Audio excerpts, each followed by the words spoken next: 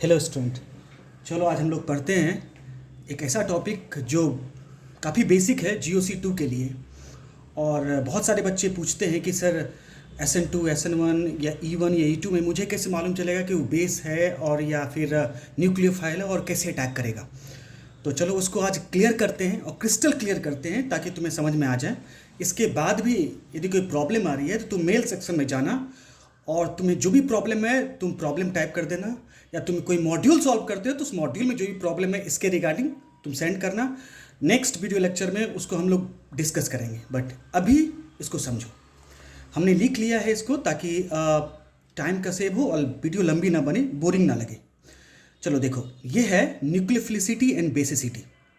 अब देखो nucleophilicity and basicity क्या होता है, क्या डिफरेंस है, क्या सिमिलरिटी है। स्टूडेंट, दोनों न्यूक्लियोफाइल और बेस दोनों क्या होता है कि सिमिलर स्ट्रक्चर होते हैं, जैसे हमने यहाँ पे लिख दिया है। देखो दोनों के स्ट्रक्चर सिमिलर है, सिर्फ ऑक्सीजन और सल्फर में डिफरेंस है और दोनों पे नेगेटिव चार्ज है। सेकेंड, दोनों के पास लॉन पेयर भी हो सकते हैं।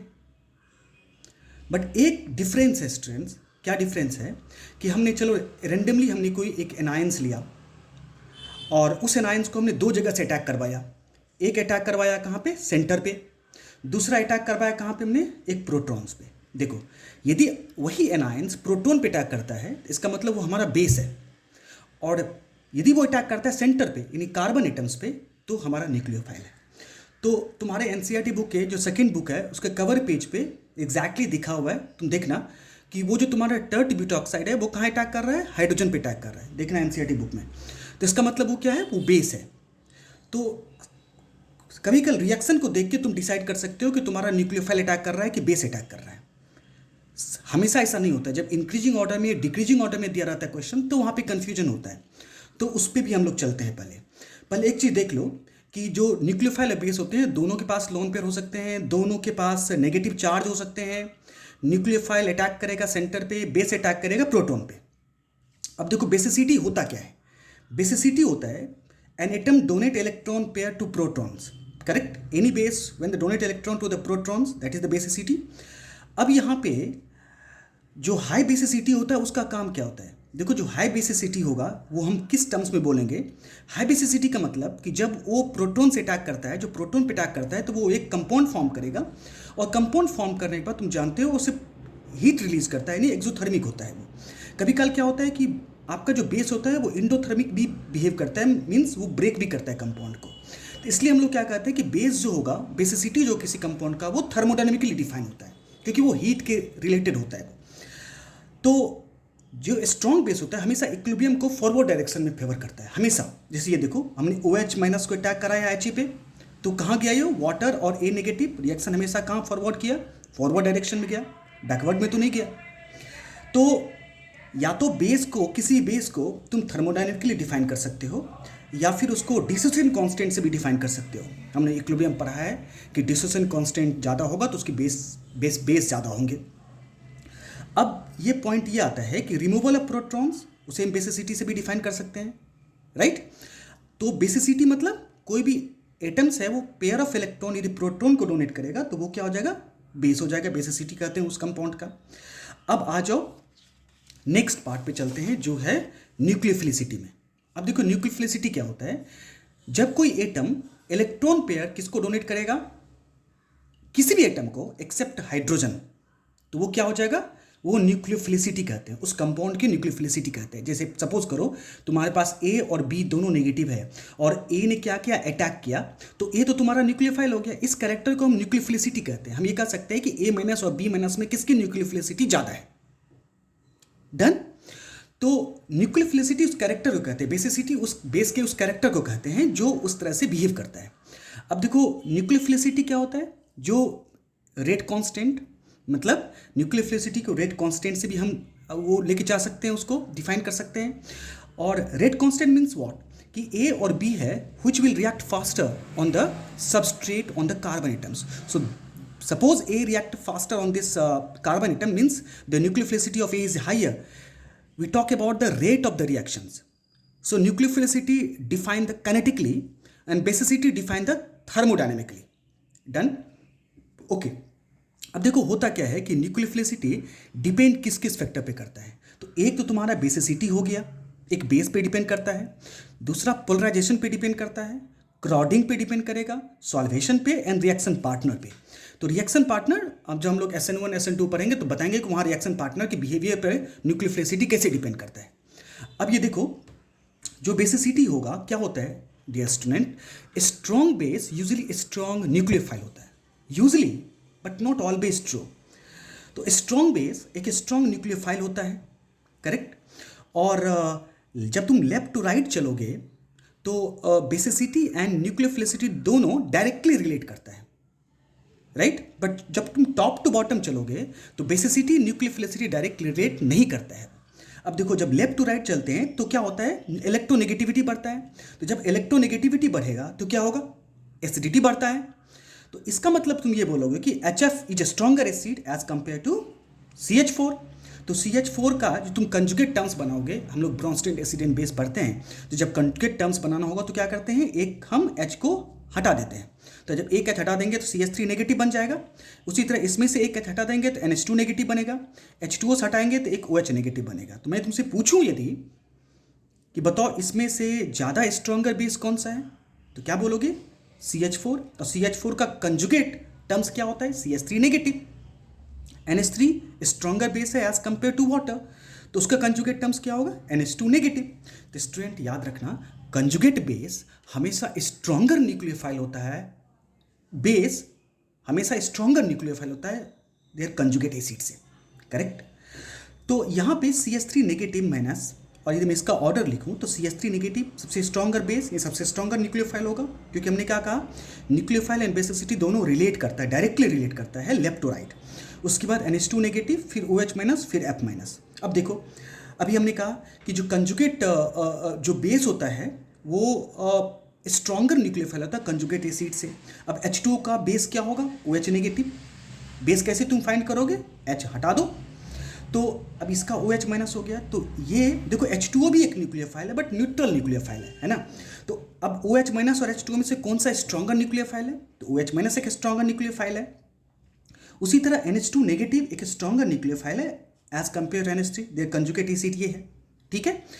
तो सेकेंड पार्ट ये आता है कि सर दूसरे ढंग से कैसे रिलेट करेंगे न्यूक्लियोफिलिसिटी को। अब देखो स्टूडेंट, अब इसमें एक चीज़ आता है क्या, कि यदि कोई भी न्यूक्लियोफाइल्स है, देखो अब ने यहाँ पे लिख दिया है कि यदि कोई इलेक्ट्रॉन डोनेटिंग ग्रुप है, यदि कोई भी इलेक्ट्रॉन डोनेटिंग ग्रुप है तो उससे क्या होगा, न्यूक्लियोफिलिसिटी को इन्हेंस मिलती है, न्यूक्लियोफिलिसिटी बढ़ जाता है। जैसे आप देखो CH3CO नेगेटिव है और तुम्हारे पास एक CH3O नेगेटिव है, तो इसका कंजुगेट टर्म्स तुम बना लो। यदि तुम्हें ऐसी कोई प्रॉब्लम आती है कि कन्फ्यूजन होती है, तो एक काम कर सकते हो, उसके कंजुगेट टर्म्स बना लो। कंजुगेट टर्म्स बनाने से तुम एसिड के बारे में तो जानते हो कि लेफ्ट टू राइट इलेक्ट्रोनेगेटिविटी बढ़ता है तो एसिडिटी बढ़ता है, और एसिडिक स्ट्रेंथ ईजिली तुम समझ जाते हो क्योंकि इंडक्टिव इफेक्ट से, राइट ना। तो यहाँ से अब देखो इसमें कितने, 2 अल्काइल ग्रुप्स है, इसमें 1 अल्काइल ग्रुप है। तो ज़्यादा स्ट्रॉन्गर एसिड कौन सा है, methanol as compare to ethanol. तो इथेनॉल में 2 कार्बन्स है, यानी 2 डोनेटिंग ग्रुप्स है। तो डोनेटिंग ग्रुप्स 2 है, इसका मतलब क्या हो गया, उसकी बेसिसिटी ज़्यादा हो जाएगी। अब मैं तुमसे ये कंपाउंड के बारे में पूछूँ, इसमें सबसे ज़्यादा बेसिसिटी किसकी होगी, क्या बोलोगे, इथेनॉल की। अब मैं तुमसे पूछूँ सबसे ज़्यादा न्यूक्लियोफिलिसिटी किसका होगा, तो क्या बोलोगे, इथेनॉल का, है ना। Ethoxide ions is the stronger nucleophile as compare to methoxide ions, correct. तो अब देखो मैं एक और ऑर्डर दे रहा हूँ, तुम देखो इसमें से और सोचो क्या होगा बेसिसिटी का। देखो CH3O negative, OH negative, C6H5O negative, CH3CO negative and HCO negative हमने लिया। अब मैं तुमसे पूछूं कि इसमें सबसे स्ट्रॉन्गर न्यूक्लियोफाइल कौन सा होगा, तो क्या बोलोगे। देखो यदि तुम्हें प्रॉब्लम है फिर से वही करो, कंजुगेट टर्म्स बना लो उसका। तो CH3OH, H2O, C6H5OH, acetic acid and formic acid. अब देखो यदि तुम्हें थोड़ा सा जानना होगा बेसिसिटी न्यूक्लियोफिलिसिटी, तो थोड़ा सा एसिड बेस तो जानना ही पड़ेगा। अब देखो फॉर्मिक एसिड स्ट्रॉन्गर एसिड होता है, ठीक है, as compare to acetic acid, क्योंकि इसमें इक्विवेलेंट रेजोनेंस होता है। तो मैं उस पर नहीं जा रहा हूँ, वीडियो बहुत लंबी बन जाएंगी। तो एक बात समझो, CH3OH माइनस जो होता है वो स्ट्रॉन्गर बेस होता है, ठीक है। अब इससे इसका मतलब क्या हो गया कि ये कंपाउंड हमारा एक स्ट्रॉन्गर न्यूक्लियोफाइल होगा और ये कंपाउंड हमारा वीक न्यूक्लियोफाइल होगा, ठीक है। तो मैं पूछूं CH3O माइनस और फॉर्म HCO माइनस में कौन फास्टेस्ट अटैक करेगा कार्बन एटम्स पे, तो क्या बोलोगे? ये अटैक करेगा। अब मैं यही चीज पूछूंगा तुमसे SN2 में कि इस दोनों में से फास्टेस्ट कौन जाएगा SN2 में, उस वक्त टाइम में पूछूंगा, इसलिए तुम उससे पहले ही बेसिसिटी न्यूक्लियोफिलिसिटी को बहुत स्ट्रॉन्ग कर लो। तो मैंने यहाँ ऑर्डर लिख दिया CH3O नेगेटिव OH नेगेटिव, इस तरह से बेसिसिटी का ऑर्डर होता है। अब देखो एक और कैरेक्टर क्या है कि जितने ज़्यादा पोलराइजेबल इलेक्ट्रॉन क्लाउड होंगे, पोलराइजेबल का वर्ड कहाँ से आएगा? फेजांस रूल से, केमिकल बॉन्डिंग से। देखो एनायंस के साइज जितने बड़े होते हैं उसकी पोलराइजेबिलिटी उतनी ही ज़्यादा होती है। पोलराइजेबिलिटी मतलब खींचने की पावर उतनी ही ज़्यादा होती है, ठीक है। अब देखो, तो more polarisable electron cloud is more available for attack on a positive centre. Positive centre मतलब कि जिस सेंटर पे तुम अटैक करवाते हो, ये क्या होता है, यहाँ से हेलोजन जाएगा तो इस सेंटर पे क्या होगा? पॉजिटिव सेंटर बन जाएगा। तो यही है यहाँ पे कि more polarisable electron cloud is more available for attack on a positive centre. इसके रीजन से क्या होगा? Larger anions have high nucleophilicity.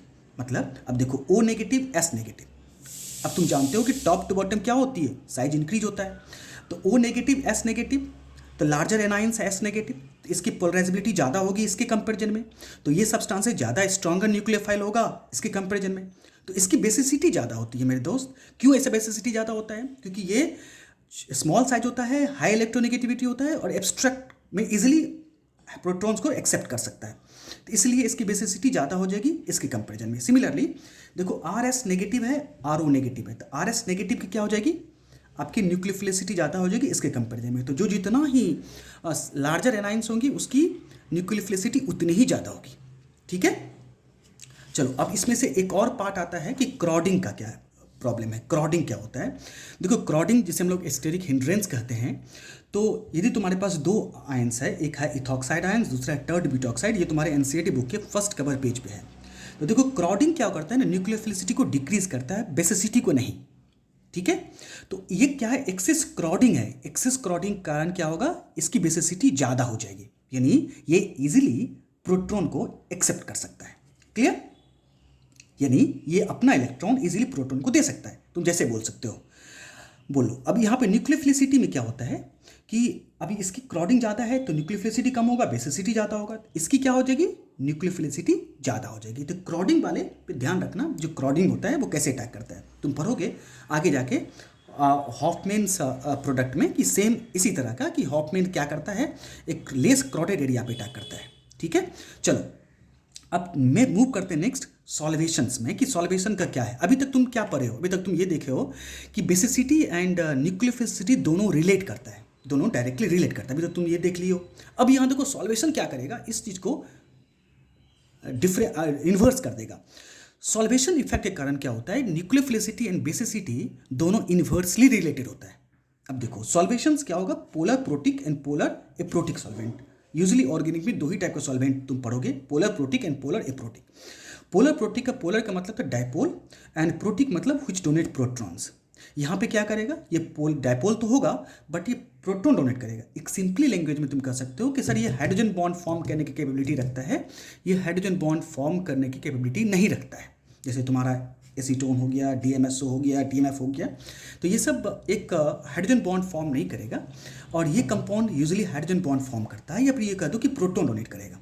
तो अब देखो जैसे मैंने एक लिया है OH नेगेटिव और HS नेगेटिव और हमने सॉल्वेंट सेम लिया है, पोलर प्रोटिक लिया है। अब देखो दोनों में क्या डिफरेंस क्रिएट कर देगा।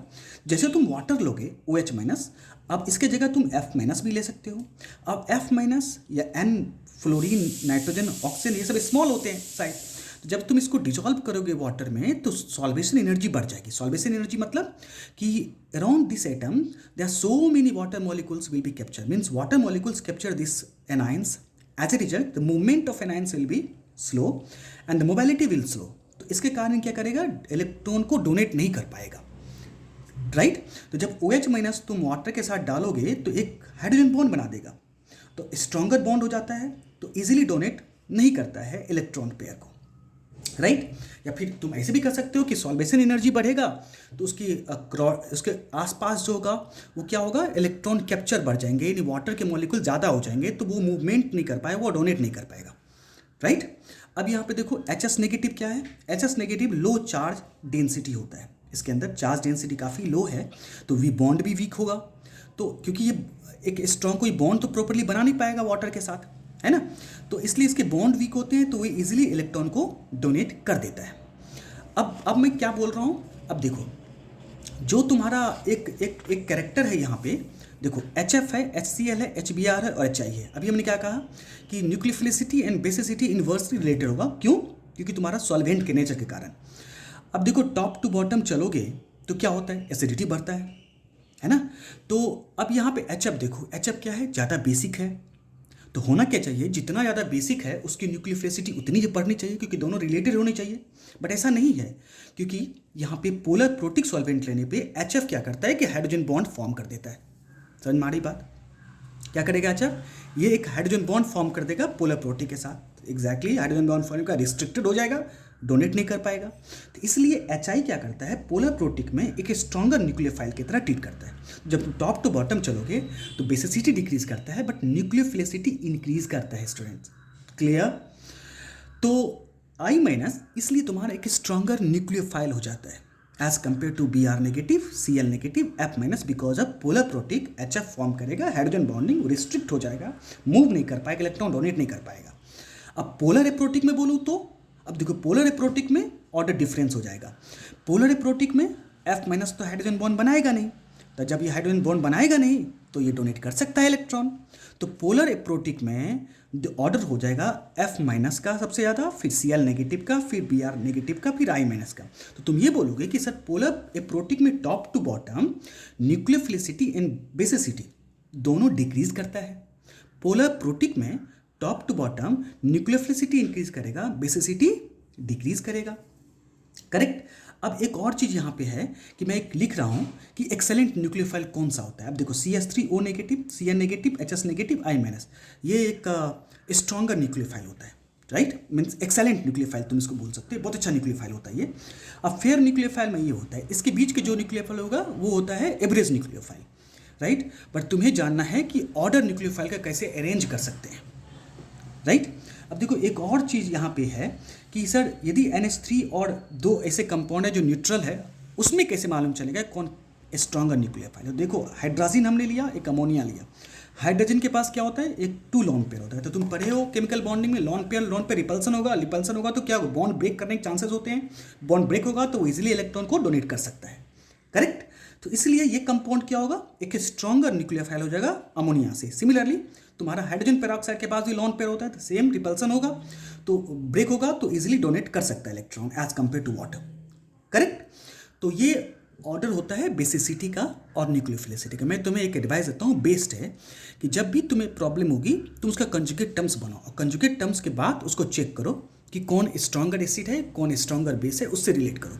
बस ये पॉइंट थोड़ा सा याद कर लो कि एक्सेप्शनल है कि जहाँ पे बेसिसिटी एंड न्यूक्लियोफिलिसिटी रिलेट नहीं करता है।